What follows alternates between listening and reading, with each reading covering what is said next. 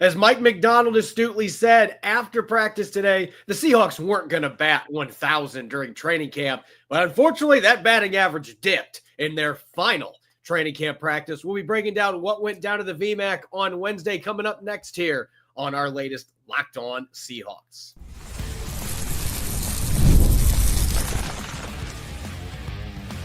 You are Locked On Seahawks, your daily Seattle Seahawks podcast. Part of the Locked On Podcast Network, your team every day. Greetings, 12. This is Corbin Smith, host of the Locked On Seahawks podcast, your daily Seahawks podcast, part of the Locked On Podcast Network, your team every day. Glad to be joined, as always, by my co-host in crime, Rob Rang. And a special thanks to all the 12s who are tuning in, whether you are in Richland, Washington, or Raleigh, North Carolina. A special thanks to each and every one of you for making Locked On Seahawks your first listen 5 days a week. We greatly appreciate it. We have officially reached the end of training camp, at least what the Seahawks count as training camp practices today. They had their family day at the VMAC. There was bounce castles up on the top of the berm. There was bouncy slides. I joked with the PR, hey, can we have an hour for the media to get on this? But anyway, it was kind of a crazy circus-like day at the practice facility for the Seahawks. And unfortunately, the circus came to town for the wrong reasons in their practice in terms of execution. We'll be diving into what went down here at the final training camp practice, a sloppy afternoon at the VMAC. We'll dive into that. Plus, we're going to look at the starters playing against the Kansas City Chiefs. Who do we want to see out there? How much should they play? What are reasonable expectations going into Friday's second preseason game? And we'll cap things off with the fantastic undrafted rookie Jared Ivey. I caught up with him at the VMAC today. Some really good insight from the rising rookie out of Ole Miss. All this brought your way courtesy of FanDuel. Football season is around the corner. Visit FanDuel's app today and start planning your future bets now. Now for your lead story here on our Wednesday edition of Locked On Seahawks. Training camp just started, it felt like 10 minutes ago, but now it's officially over already. The Seahawks wrapping up their 17th and final training camp practice. They'll have a few more open to media next week, but this is truly the last training camp practice. They had their last one with fans yesterday. Family day today. Maybe not the best showing for the families, unfortunately. And as Mike Macdonald said, look, you're not going to bat 1,000 on the practice field. And it's been a very consistently good training camp for the Seahawks. Unfortunately, today, cloudy with a chance of flags and drops at the VMAC. It was a tough one to watch, Rob, particularly with the flags. The officials there, like, it's not like they were purposely throwing a bunch of flags. Like, there was legitimate face mask penalties in 7-on-7. There was downfield, 15 yards with offensive linemen. You had to call these penalties. Mistimed snaps. Sam Darnold's not ready for. That happened a couple times with Jalen Sundell. It was easily the sloppiest practice they've had. Were there good moments, as we'll talk about in a second? Absolutely. But maybe not the type of practice you want to have after such an intense, impressive practice in the heat yesterday. It seemed like maybe these guys had a little bit of a letdown today, just coming off of that practice. And certainly one that, as Mike Macdonald put, they took their foot off the gas. Coaches had to start ripping into guys a little bit to try to get them back on the pedal. And it was not the best practice, but certainly there were some good moments as well.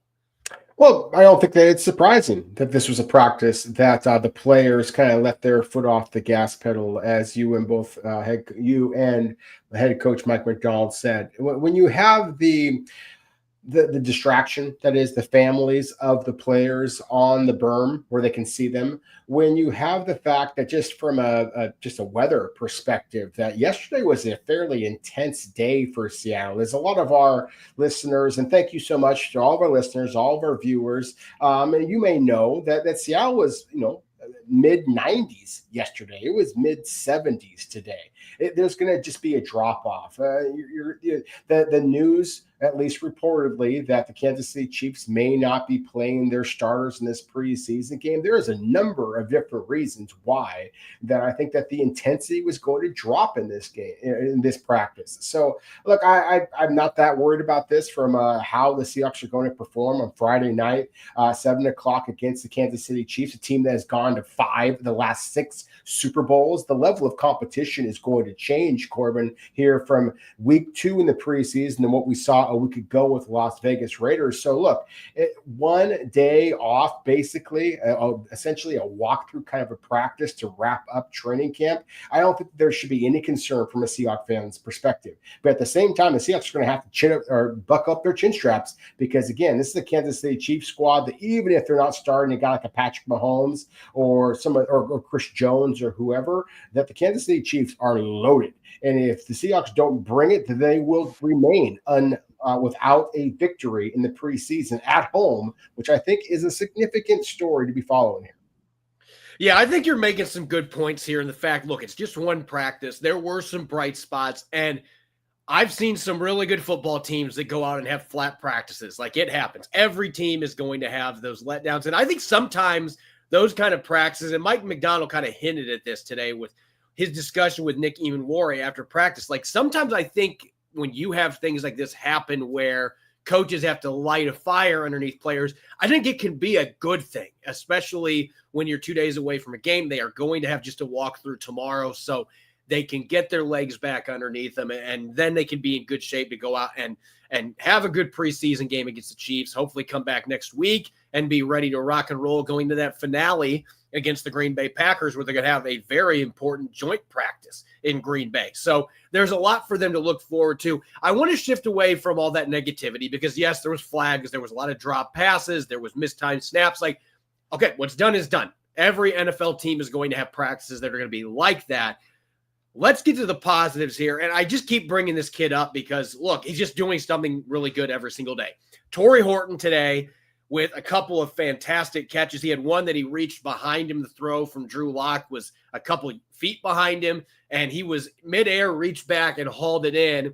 Really impressive catch. And then he beat Reek Woolen downfield on a vertical, got a couple steps on him, and Sam Darnold hit him in stride for a 35-yard strike on a vertical route. So he continues to make plays. 15 continues to stand out day in, day out. And A.J. Barner, he had one drop, but we can excuse that with the fact he had 5 catches by my notations, and he had a 30-yarder thrown in there. It was an 18-yard dig, was able to turn upfield and get some good yardage after the catch.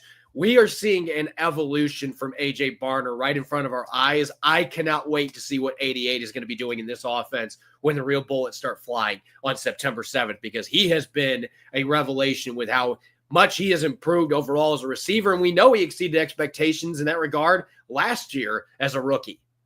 Yeah, I mean, as we talked about, I mean, he had 4 touchdowns a year ago. I mean, he's one of the biggest reasons, literally and figuratively, as to why the Seahawks felt comfortable in releasing Noah Fant, who only had the 1 touchdown reception a year ago. It was pretty clear that the A.J. Barner had become a quality security blanket, especially in the red zone. And so I am very encouraged by what we have seen so far in training camp with him.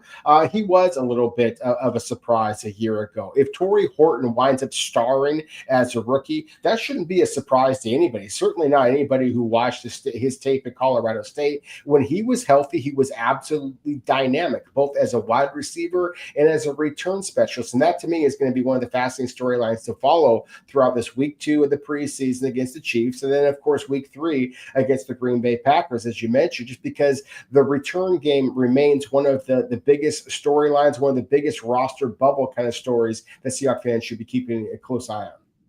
As I mentioned, it was family day at the VMAC, so it was fitting when you had bounce houses and you had bouncy slides and you had all kinds of like circus type stuff going on the berm. It's only fitting that there was a couple circus-like interceptions that happened on the practice field today. And these were 2 of the plays that really stood out to me from the practice. It felt like defense had more big plays than the offense did today, albeit sloppy on both sides of the ball. First one, Nehemiah Pritchett, he keeps showing up. Number 28, Mike Macdonald was gushing about the progress he's made, and understandably so. pass deflected against Jareek Young, pops in the air, and D'Anthony Bell comes in and intercepts it.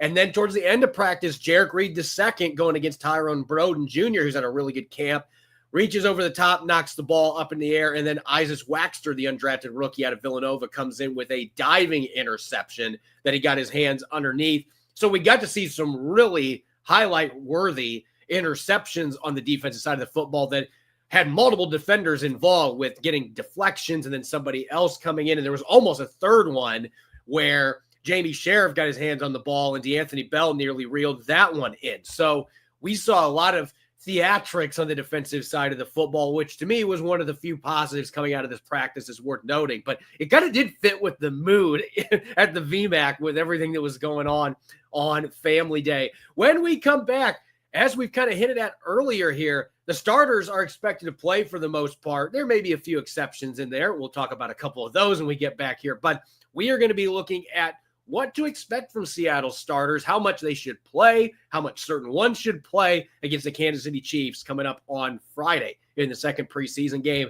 Don't go away. You're listening to the Wednesday edition of Locked On Seahawks.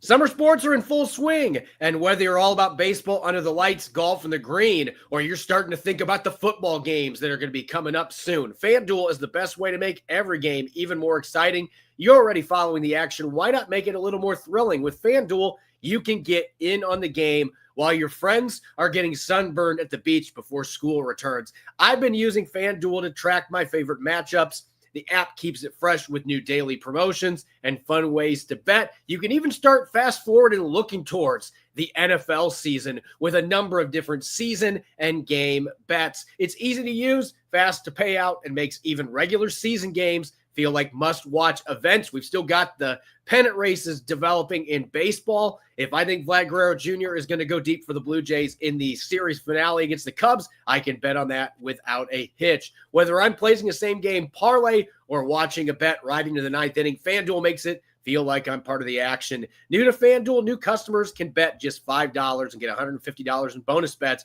if your first bet wins. Open the FanDuel app today or visit FanDuel.com/lockedon to get started. Welcome back to the Wednesday edition of Locked On Seahawks. I'm your host, Corbin Smith. Glad to be joined, as always, by my co-host in crime, Rob Rang. Any special thanks to all the 12s who are tuning in.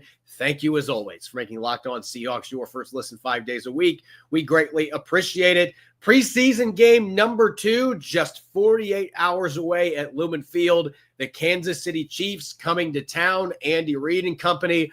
Typically, Andy Reid plays his starters, and as you're going to be noting here in a second, Rob, Andy Reid is a lot like Pete Carroll in the sense that he's really good at wording things where you don't necessarily know if starters are going to be playing or not. That's just kind of his MO. He's been around a long time. He knows how to put his words together and leave some ambiguity. So we'll see who ends up playing for the Chiefs. But what we do know, Mike Macdonald is not playing that ambiguous game, at least with most guys.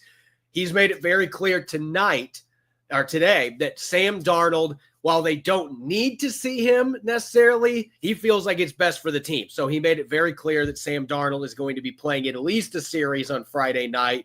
And I would anticipate, based on some of the other answers that he gave, he made it sound like Cooper Kupp and Jackson Smith and Jigba are going to be seeing some action in this game. We're going to be seeing more of the starters on both sides of the ball. There's a few guys they're still working through figuring out whether or not they're going to be out there. There are certainly some guys that I would be stunned if they are playing on Friday night. Ken Walker.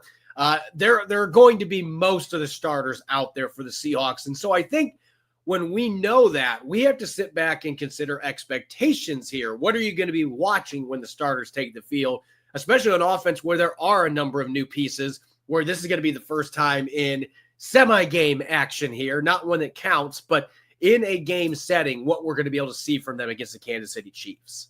Well, I think that you have to start the conversation with the quarterback and Sam Darnold, the Cooper Kupp, of course, coming back to the state of Washington. Look, I think the first impressions can be overblown, but at the same time, you have a Seahawks fan base here that I think is it's fair for them to be skeptical about whether Sam Darnold and Cooper Kupp and Marquez Valdez-Scantling, Jackson Smith and Jigba coming in to play kind of the starring role rather than a complementary role that he had been asked to play in his first 2 seasons, whether they're going to be upgrades over Geno Smith and DK Metcalf and Tyler Lockett, et cetera, whether Clint Kubiak as an offensive play caller is going to be an upgrade over Ryan Grubb. You say what you want about the Seahawks and the fact that they didn't make the playoffs a year ago. I mean, they won 10 games. They beat every team in the NFC West, at least one time.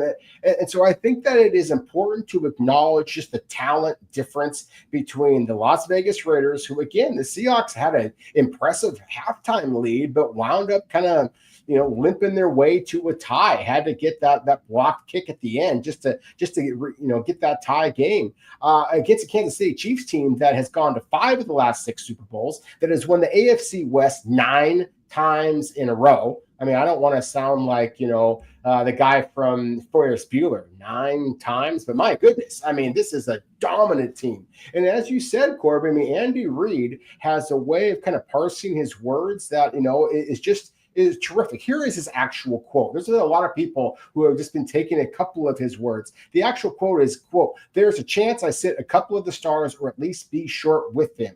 We want to make sure we get a good look at these young guys, so we'll just see how it all rolls going forward." I have been fortunate, Corbin, to go to the Kansas City Chiefs training camp over the last couple of years. I've gone to 9 different NFL teams training camps over the last couple of years. And I can tell you this, that the Kansas City Chiefs and Andy Reid do things differently. They absolutely believe in an iron sharpens iron kind of mentality. Patrick Mahomes, Travis Kelce, they're all pro right guard, Trey Smith, all of them have played at least 15 snaps in each of the second preseason games over the last couple of years. Now, maybe they don't go that way. Maybe they decide that they're going to go with the Washington State, legend that is the Gardner Minshew. Gardner Minshew, thank you, at the quarterback position. But at the same time, I think that the Kansas City Chiefs backups are going to be significantly an upgrade over the Las Vegas Raiders. I mean, with all due respect to Pete Carroll and what he's done there. So again, I think that the Seahawks had better buckle up their chin straps here, because this is a quality team that they're going to be playing. Look, again, I am very excited about Sam Darnold. I think that he is going to be a star in Seattle. That's why I've been kind of pounding the table for him in the first damn place. But at the same time, they need to be impressive, because there are an awful lot of skeptics out there in Seattle that want to see the Seahawks perform well, and they need to, if they want to kind of start the regular season, of course, at home on a more of a winning note and a winning mentality. And I will say this, just kind of piggybacking off the first line you had, that the first sequences in a preseason game can be overblown. You might remember Geno Smith got to play one series last year against the Cleveland Browns. 5 straight passes marched right down the field, and everybody was crowning Ryan Grubb. Look at this offense. It's incredible. I mean, you and I fell for it too. Like, look how explosive they were. And then you get to the regular season, then you realize, oh, wait, we can't throw the ball every single play because, you can't do that in the NFL. And you got to be able to run the ball. There's got to be balance. So what I'm going to be looking for, I want to see a lot of the same things we saw when Drew Lock was out there with a handful of guys that might be starters on offense in the Raiders game. And what I mean by that is I want to see the identity continuing to form on offense. I want to see the run game. And that's why, Ken Walker III I would be absolutely stunned if we see number 9 doing anything other than warm-ups. Like, he is not going to be playing. They are going to keep him in bubble wrap. But I expect we will see some Zach Charbonnet this week. We're definitely going to see some George Halani, who's been working some with the ones anyway. You are going to see the other top backs. They're going to get their opportunity. You're going to be seeing most of the starting offensive line. Charles Cross not quite ready to be back in game action yet, but you're going to see most of the projected starters up there. I want to see, even if Chris Jones isn't out there, if some of the starters are not out there for the Chiefs, their backups are still really good. They have a lot of depth. I want to see that run game be effective like it was last week to create those opportunities for Sam Darnold to have bootlegs out of the pocket, get your play action game going, and allow this offensive line to continue to gel and grow together. You can't come out and just get stuffed in the run game and expect that you're going to have a ton of success throwing the ball over the yard. And that's not what Clint Kubiak or Mike Macdonald wants to do anyway. So I'm going to be looking from an offensive perspective at just that identity continuing to be built here and not necessarily being vanilla, finding ways to implement the kind of football, the style of offensive football that you are wanting for this football team. They did in the first half last week. I want to see if they can do it with a lot of their starters in the lineup. And then on the defensive side of the ball, I don't know if we'll see Leonard Williams. I don't know if we'll see Jaron Reed or Devin Witherspoon, Reek Woolen. It remains to be seen how many of those guys are going to be out there. But I want to see glimpses of what we saw last year with the aggression at the end of the season with this team, just their ability to create turnovers and wreak havoc. It's not going to be a regular season game plan. And yet I expect Mike Macdonald is going to have some trigger happy moments where he's going to want to do some things, getting extra guys, sending after the quarterback, and really mixing and matching his fronts. So I'm going to be looking at it from a personnel and schematic standpoint. How aggressive are they? Does this look like the defense? Any shade of the defense we saw those last 8 or 9 games last year? It's a little different viewpoint for the two sides of the ball where you're trying to see what that identity is in offense, defense. You know what it should look like. Are we going to see glimpses of that in an exhibition game against Kansas City? Yeah, to your first point there, I mean, look, we'd love to see Chris Jones, one of the great interior defensive linemen in all of the NFL, go up against Gray Zabel. The reality is that the Seahawks also have one of the great interior defensive linemen, of course, in Leonard Williams. So Zabel has been going up against him at times, throughout training camp. And so Chris Jones, as I mentioned before, Patrick Mahomes, Travis Kelce, Trey Smith, they all have played in the preseason, including earlier this year in preseason game 1. Chris Jones does not play in the preseason, so you're not going to see number 95 out there for the Kansas City Chiefs. However, the Kansas City Chiefs did a great job on the draft, as they often do. Their second-round pick, defensive tackle Omar Norman-Lott, is a real penetrator. They got a guy named Ashton Gelati, edge rusher from Louisville, who's a really good player. Noel Williams, the cornerback that they drafted in the 3rd round, led the college football with 7 interceptions a year ago. One of my favorite off-ball linebackers, Oregon's Jeffrey Bassa, is going to be playing an awful lot in this football game.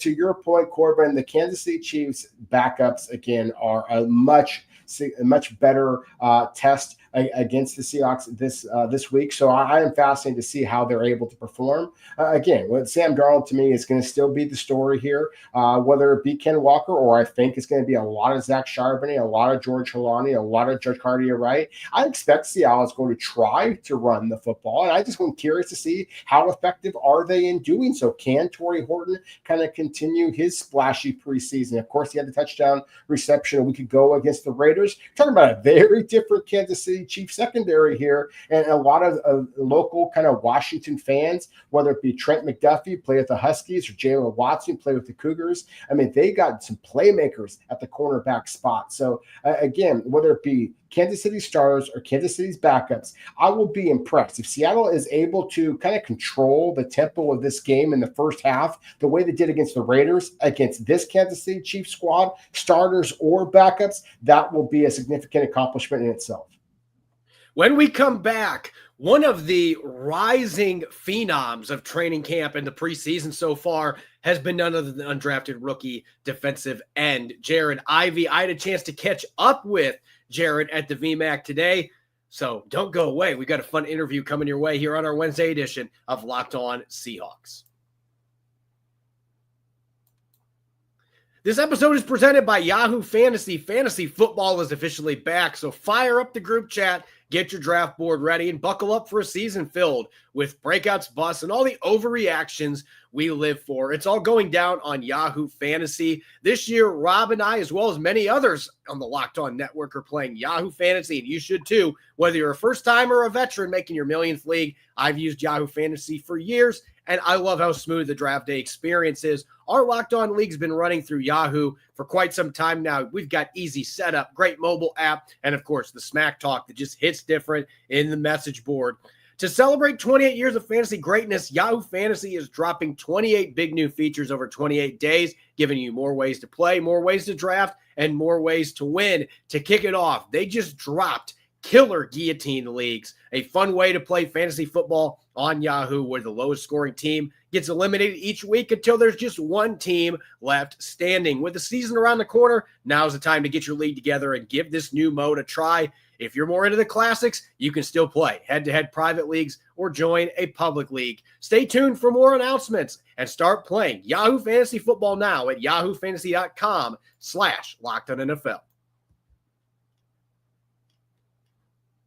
Welcome back to the Wednesday edition of Locked On Seahawks. I'm Corbin Smith. He's Rob Rang. A special thanks to all the 12s who are tuning in. And thank you, as always, for making Locked On Seahawks your first listen 5 days a week. We greatly appreciate it. When the Seahawks had 11 picks in the 2025 NFL Draft, they turned 9 of those selections into offensive players. It was an offense-heavy draft.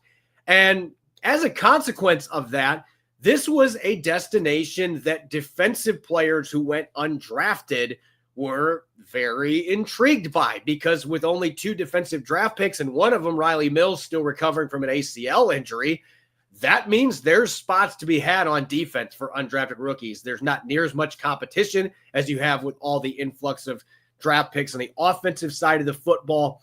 And Jared Ivey out of Ole Miss, we've been talking about it since the draft ended, Rob, that was our favorite signing for the Seahawks, because we both were stunned that he didn't get drafted, a first-team All-SEC player. And it's just been so much fun to watch the way that this guy carries himself on the field. There is a workmanlike approach to the way that he does things that you don't normally see from rookies, let alone undrafted rookies.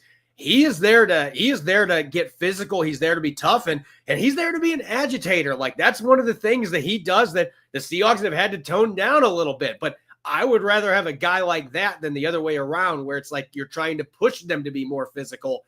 I'd rather have the guy that we have to tone it down a little bit in practice, because and we saw it Thursday night against the Raiders, Rob, that Jared Ivey is going to bring it when the pads come on. He did it at Ole Miss. He did it before then at Georgia Tech. And right now he looks to be on the right side of the roster bubble with a big game coming up here on Friday night against the Chiefs. Yeah, that's the thing, is that he was absolutely dominant. I mean, he was my top-rated rookie overall of all the draft picks, of all the undrafted free agents, my top-rated rookie based on his performance against the Las Vegas Raiders. And as I've said too many times already in today's show, Corbin, the level of competition is going to jump up significantly against Kansas City. I do think that Jared Ivey is likely on the roster if the roster was set right now. That said, it's not. And so he is going to have to kind of continue his spectacular play. I think this is an incredible opportunity for him. If the Seahawks are, I'm not going to say foolish, but I think it would be a mistake if they were to cut him if he is impressive against Kansas City on the heels of that Las Vegas Raiders game. Then I do think that he would be playing for another club. And so, again, I think that he has already shown that he is an NFL caliber player, but he needs to prove it yet again against the Kansas City Chiefs if he wants to make this roster.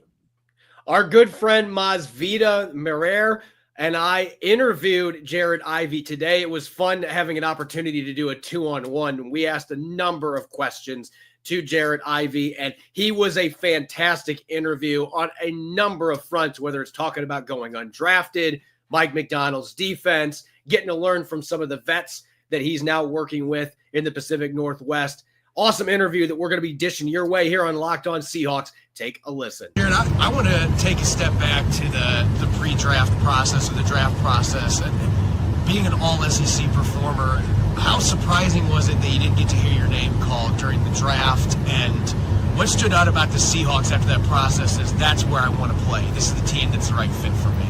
Yeah, it was a surprise for sure, but, you can't go in there and build expectations in your mind. And either way, it was a blessing to be able to, have an opportunity to come play for the Seahawks.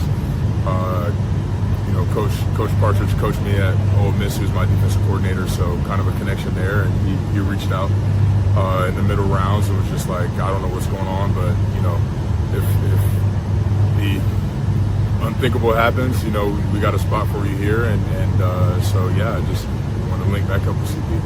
How interesting was that process? Like the draft's still going on, there's still several rounds, but you're having all these conversations already going on, especially with somebody that has coached you before as well. Like that had to be something you weren't necessarily expecting going into the draft process. It was a lot of mixed emotions I'll say it was a lot of mixed emotions, but super excited just at the end of the day to have this opportunity and be invited to rookie minicamp to show what I can do, and throughout this entire process just kind of learning and getting better and having a chance to play at this stage. It means everything to me, regardless of the outcome. I'm sad to ask about. Can you take us through the progression, rookie minicamp, and then training camp? The opportunities, but how does both of those evolve as an athlete? Because minicamp is kind of just your kind of hair on fire, just playing fast. There's not too much steam. It's just the rookies, so the vets aren't around, and kind of the vibe is different. And then going into the off-season program, we're lifting with Ivan and Danny and the guys and stuff. Just trying to get stronger, bigger, stronger, faster as much as you can, just in a short amount of time. We started our program a few weeks after the vets, and then transitioning to when the vets get back, it's kind of like you got to find your role and soak up the reps that you get, and kind of you taking mental reps the entire time and just learning as you go. Just trying to get better each day. One more. So then, one preseason game and then another preseason coming up. What's that jump from preseason game 1 to 2 in terms of your expectations, which are going to be higher than anybody else? Yeah, I think my expectation is to just go out there and play free, and I know the scheme. I know what we're trying to do and what we're trying to accomplish, so to just go out there and play as fast as I can and just make plays through the framework of the defense. Has there been anything in your first training camp that's maybe surprised you or caught you off guard a little bit? Obviously you guys have gone through training camp at a college level, but doing it against the best of the best, it's a whole new ball game. Yeah, I think it's just cool to be around guys that you've heard about for so long. Leo and D-Law, Cooper Kupp, even Sam Darnold. Like, these are guys that I've seen on TV and been playing in the league since I was in middle school. So just being around those guys and getting to soak up all the information it's a pretty cool thing. Yeah, what's the coolest thing that you've gotten to learn so far, either by watching or getting a chance to talk to Leonard Williams and Jared Reed, guys that have played 100-plus games in the league? Yeah, I'll say from D-Law, he said one day, he didn't choose violence chose him, and so that was a pretty cool bite from D-Law. What do you like about this defense from the linebacker perspective? Yeah, Ernest is one of the best linebackers in the game right now, and Patty O and Drake and T. Knight, a young guy that's really coming to his own, and seeing the way they talk about his progression from last year into this year, it has been really cool. And then just in the rookie class, playing with D-Jack after battling it out, playing Kentucky all those years in the SEC has been really cool too. So just that linebacker, we got a great group. Yeah, because Mike Macdonald said something which struck me. He said, "You're not a starter until you're a starter," right? Because he talked about how Tyrese Knight wasn't a starter until he was a starter.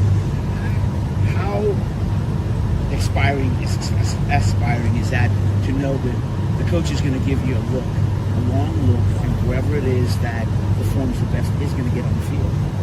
Yeah, it's awesome to feel like the coaches have that type of confidence, top down on the roster, and you always feel like there's an opportunity there. We get a lot of reps at practice, being rookies.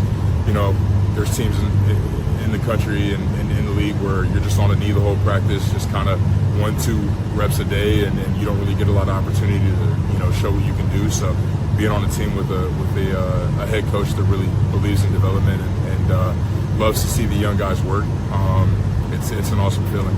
How has the process been getting to learn this defense as a rookie, especially being a guy that plays all over the line? You can play outside 2-point stance, you can play 5 tech, you can play 2-eye. What's that process been like, trying to absorb all of this when you have that much positional flexibility, that many different roles to learn? Yeah, it's been really fun. This is what I've been doing, for years is trying to learn an entire defensive line schematically and been able to plug and play, wherever I'm needed. So it's been really cool to learn the ins and outs of Mike's scheme and it's something I haven't run. But yeah, I think there's so many layers and different adjustments and different tidbits that give us an advantage. And it's really cool to learn all that stuff and play ahead of plays. Looking towards the end of training camp and the preseason, what is the ultimate goal for you? What do you want to show the coaches to prove I belong here? What's left for you to prove here before those decisions are made for the 53 man? Yeah, I think everything can be, enveloped in what I kind of strive for each day, and that's just to become trusted, by my teammates. I want my teammates to trust when I get in. There is no drop off, and this guy knows what, he's supposed to do. He's going to do what he's supposed to do, and he'll be able to make plays for it. As always, you can follow me on X and Blue Sky at Corbin Smith NFL. You can follow Rob at Rob Rang. Make sure to subscribe to Locked On Seahawks on YouTube and wherever you get your podcast to make sure you don't miss a single episode. I'll be back riding solo tomorrow with our Thursday preview show. Going to be diving into some must-watch players for the Seahawks going into this second preseason game against the Chiefs, some key storylines, and more. Make sure that you listen in and enjoy the rest of your Wednesday. Go Hawks.